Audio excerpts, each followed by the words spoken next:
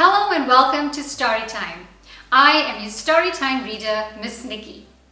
Today's read aloud is titled When Grandpa Gives You a Toolbox.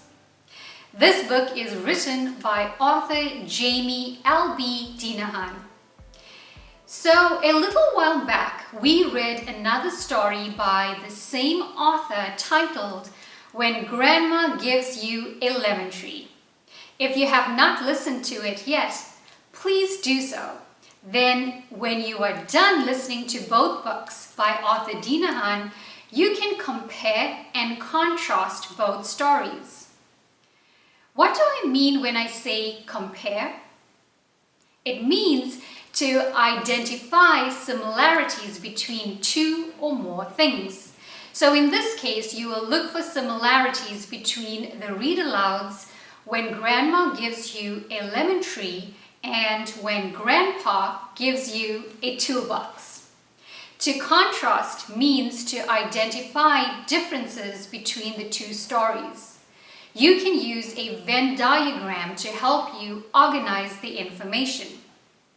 So let's read When Grandpa Gives You a Toolbox first, so you can fill in your Venn diagram.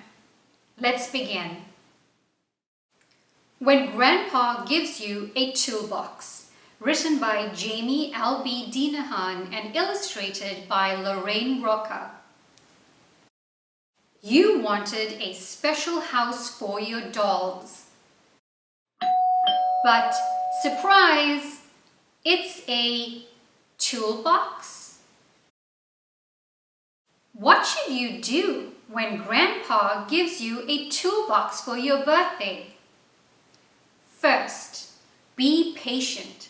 Grandpa will want to show you every single tool. Next, compliment Grandpa as he shares photos of all the projects he's built since he was a kid. Once Grandpa runs out of stories, give him a hug. Say thanks. And tell him you're off to find a special place to keep your toolbox. Do not launch it into outer space. Feed it to a T-Rex or tie it to a wrecking ball. There are plenty of hiding spots right in your own backyard. It'll be easy to forget about Grandpa's toolbox until you meet someone in need and have an idea. Maybe Grandpa's toolbox will be useful just this one time. As a new builder, you'll want to find an experienced project manager to help you get started. Together, you'll create a plan and gear up. Safety first. With guidance and lots of practice, you'll discover that you're actually quite handy. Your neighbor won't complain about the noise, though she will ask for help with repairs and recommend you to all her friends.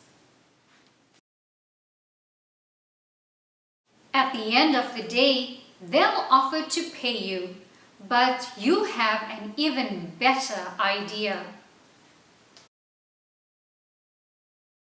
You and Grandpa will work together, measuring and sawing, drilling and hammering, gluing and painting, until finally you've built exactly what you wanted. A special house for your dolls. And plans for your next project too. The end. I like the way the main character in the book handled his disappointment and discovered the joy of learning new things. Hey, just like the character in the book When Grandma Gives You a Lemon Tree. Maybe that can be our first similarity in our Venn diagram. You can draw your own Venn diagram, or I've attached a link so you can print one in the description box below. Comparing and contrasting stories is an important skill to have.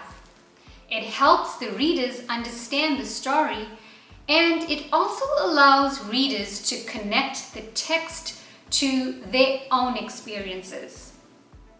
Have you ever received a gift you were disappointed with?